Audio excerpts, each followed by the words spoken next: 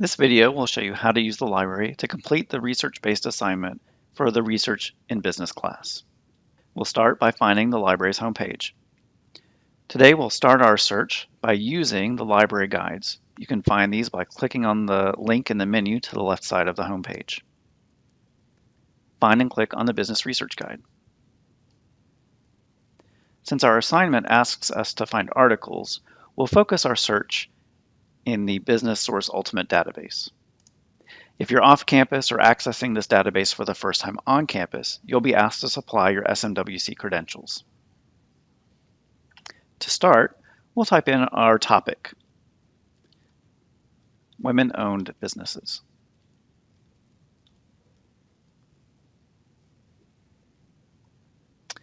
We'll click on the first result in our list in order to leverage a key database feature.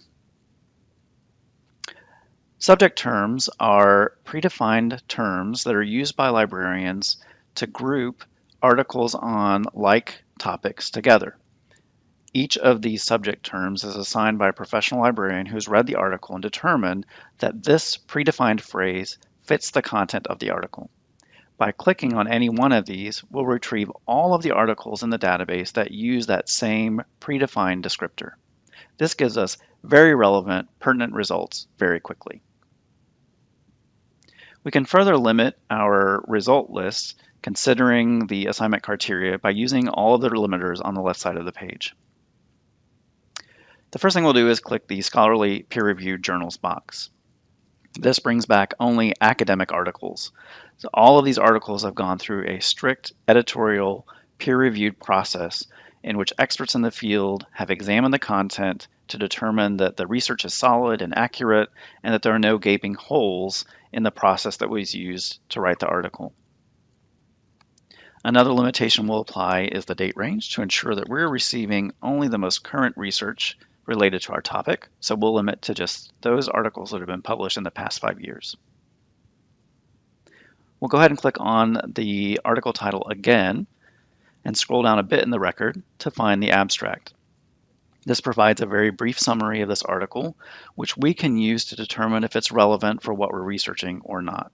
If it is, then we continue on and find the other required articles that we need. If not, we just continue on. We'll go ahead and look at the PDF full text so we can get a sense of what an academic article looks like. So at the top of the article, you have information about the peer-reviewed process. So we know this has been reviewed by experts and is quality research in the field. Some other things we want to consider when we're evaluating a source like this is the credentials or qualifications and experience of the authors. So these appear to be business professors at schools throughout the world. We also want to look at things like how they've incorporated research. As we look at this, we'll see that many other sources have been cited, and we're looking at the overall quality of the work. We don't see any glaring typos or omissions, and as we go through, we see that there's a process that's in place that's been used.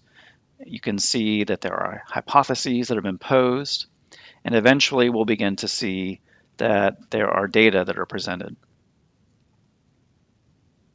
One thing that we note is that there are no images in here besides the data presentation. There are no advertisements. So it's very much a scholarly work written by academics in the field for those who are interested in research in the field. We'll go back to our record view.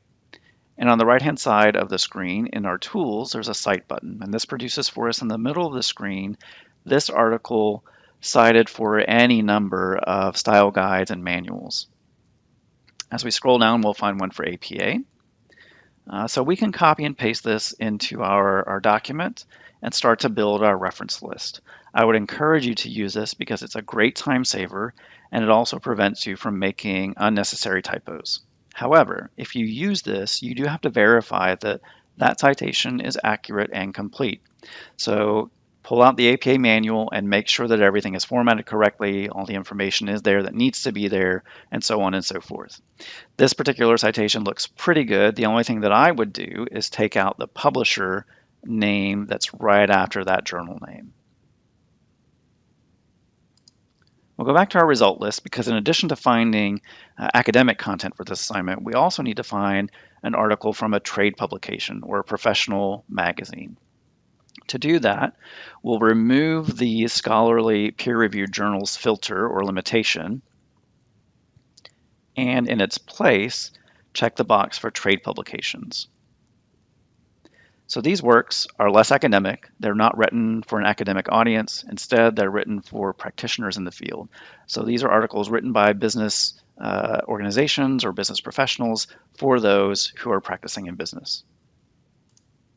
By taking a look at the PDF, we'll see some differences. So this article is not written necessarily by a business professor, instead by an editor who works for this particular publication. As we look through this, we don't see any other outside sources referenced. There are images. There are also advertisements. So this is not an academic source.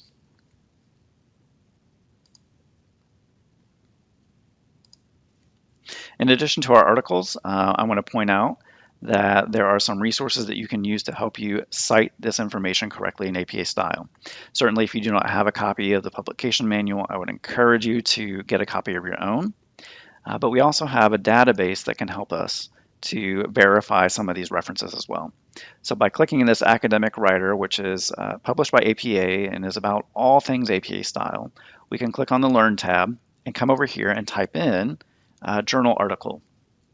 We're just going to try and find an example to use to verify that the citation that I got from the database is correct. So I'll click on sample references and click on journal article and find the descriptor that best matches my situation. So I do have a DOI for my article, so I will click on show details. And over here on the right hand side, I have several examples that I can use to verify the completeness and accuracy of the citation that I received from the database. I can do the same for the magazine article.